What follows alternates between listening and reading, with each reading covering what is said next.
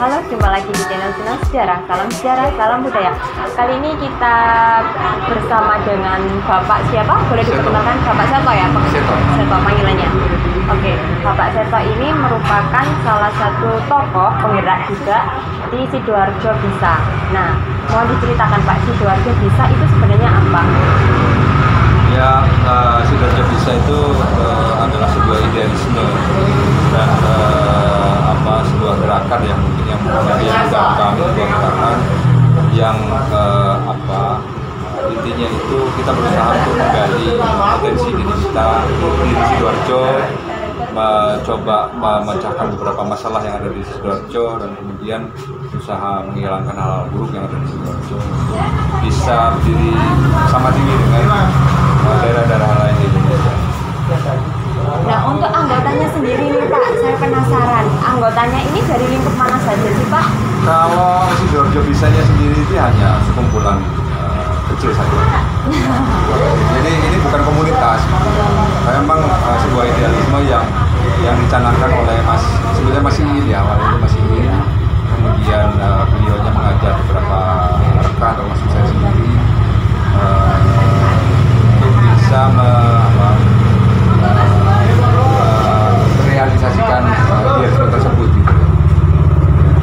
Untuk ruang lingkup kegiatannya, ini kira-kira apa saja Pak? Kalau ruang lingkup kegiatannya di tataran kebudayaan ya. Karena bagi kami budaya itu berisi nilai-nilai filosofis yang selama ini sering kita itu keliru menempatkan hal itu. Kadang-kadang ngomong masalah filosofi ya. Iya. Filosofi kadang-kadang ditempatkan di atas. Padahal sebetulnya filosofi untuk hal-hal yang sudah ditemukan itu ada di bawah. Pahamilah filosofi dulu, baru kamu bergerak di ranah teknik sehingga kamu paham yang kamu lakukan, kan gitu ya. Yeah. Misalnya ada masalah, kamu paham masalahnya di mana ketika kamu bisa menempatkan filosofi itu ada di bawah. Filosofi itu hanya yang filosofi ditempatkan di atas itu untuk hal-hal yang belum ditemukan.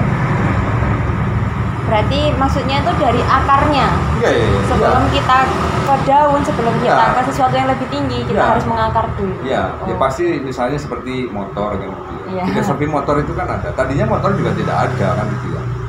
Iya. Mungkin contohnya seperti itu dan hal-hal lain lah gitu ya. Nah, untuk Sidoarjo Bisa ini dibentuknya itu sejak kapan Pak? Ya kita tahun lalu lah. Tahun lalu ya. Nah, untuk kegiatannya selain memang di kebudayaan, terus ada seminar juga, mungkin ada kegiatan lain Pak berkaitan dengan rumah budaya ini? Kalau kegiatan ya masih di seputar kebudayaan apa ya. Kita bicara di rumah budaya aja ya, Ya, karena salah satu platform yang ada di Sidoarjo Bisa itu rumah budaya. Di rumah budaya itu kami membagi beberapa ruang, ruang masa lalu, Ya. ruang masa kini, ruang masa depan, dan ruang tak terbatas.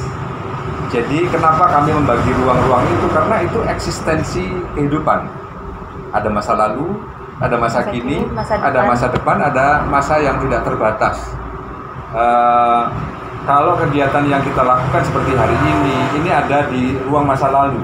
Iya. Ada di ruang masa lalu di program berbagi cerita sejarah. Ada program yang lain di luar program berbagi cerita sejarah. Misalnya ada pameran tentang foto sejarah. Ya, jadi di tiap-tiap ruang itu ada beberapa program ya yang sifatnya itu diskusi secara sehat atau pameran atau kombinasi. Kalau yang di ruang masa kini itu hal-hal yang terjadi di hari ini.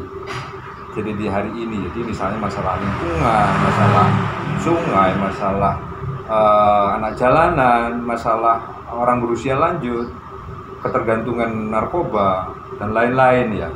Terus kalau yang ruang masa depan itu mungkin ada orang-orang yang bisa bercerita tentang masa depan. Jadi kita akan kasih platform asalkan apa yang dia sampaikan itu ada dasarnya. Itu ya seperti kenapa kami berusaha untuk mengangkat ruang masa depan, karena ada orang-orang seperti Bill Gates ya. Dulu saya pernah beli bukunya Bill Gates itu 30 tahun yang lalu. 30 tahun yang lalu dia menceritakan hari ini dan ternyata terbukti gitu. Ya ini kebudayaan kan, kebudayaan ini kan tradisi ya, orang YouTubean itu kan sudah jadi tradisi.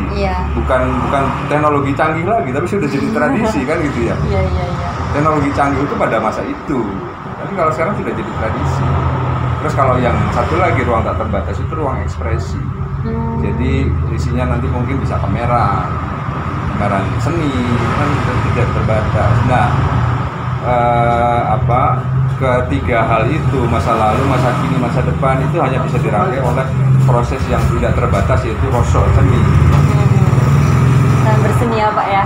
Untuk perjalanannya sepertinya saya juga butuh waktu ini Pak. Ya? Iya, tapi dari ruang masa lalu sama ruang masa kini, saya tertarik di ruang masa kini. Tadi kan Bapak menyebutkan ada masalah anak jalanan, terus ada anak-anak yang kecanduan narkoba. Nah, itu apa saja sih Pak yang dilakukan oleh Sidoarjo Bisa itu?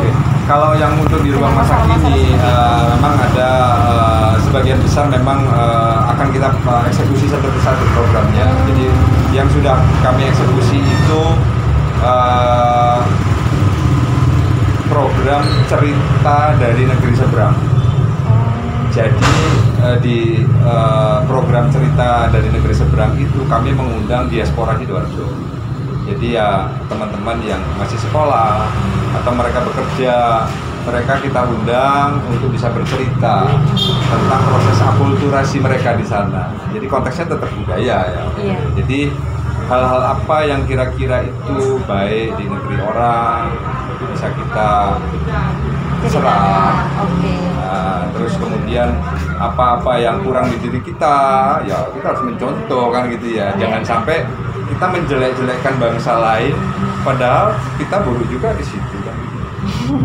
Iya benar. Kayak misalnya kita sering menjelek-jelekkan bangsa Cina begini-begitu, tapi kita pakai produk Cina. Main kamu gitu kan gitu ya. Iya, terkadang memang nggak nampak Pak. Nah, makanya jangan sampai kita itu malah posisinya itu jadi di bawah sekali. Pas koniku jelek-jelekin orang, tapi kamu pakai produknya kan gitu ya. Kan gitu ya. Jadi jangan sampai. Jadi di program itu kita berusaha berefleksi ya. Refleksi kita itu ada di mana sih posisinya gitu loh. Kemarin yang sudah kita hadirkan itu seorang mahasiswa yang sekolah di teknik di Beijing ya. Nanti yang bulan depan kan kita undang yang dari Jerman, ada dari Tokyo, ada dari mana-mana. Oh, berarti untuk kegiatan seminarnya ini memang ada jadwalnya tersendiri setiap bulan jadi ada? Nanti setiap bulan nanti kita akan menentukannya itu kira-kira ya 2 minggu sebelum sudah ketemu rumusannya kan gitu kan. Kita berusaha mengundang narasumber itu kan juga butuh waktu proses, ya. Tapi kalau untuk konsepsi sih sudah ada, sudah jadilah. Konsepsi sudah ada.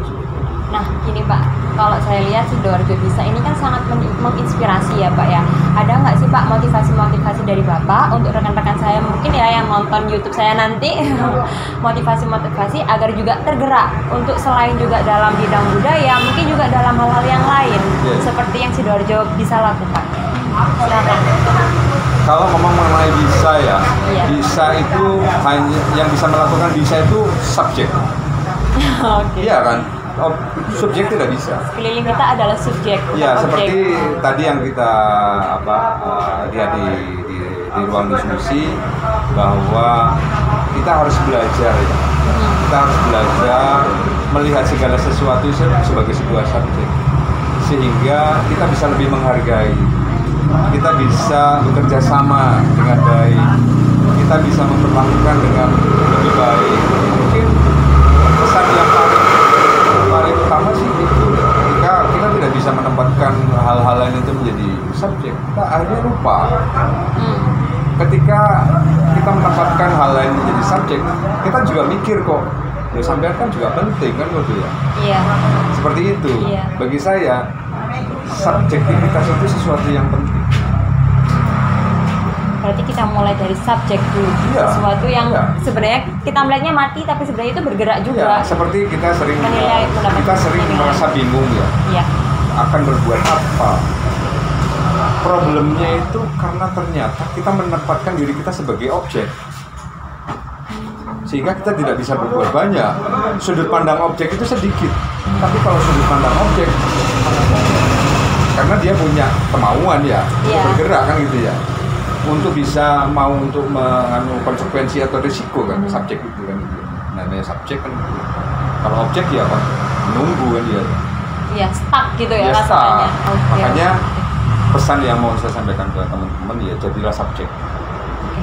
Teruslah bergerak. Ya. Oke, terima kasih banyak ya Pak ya atas waktunya dan kesempatannya, sama-sama. termasuk oleh-olehnya juga. Semoga Sama-sama. di lain kesempatan kita bisa bertemu lagi. Terima kasih. Terima kasih ya. Sampai jumpa di video berikutnya.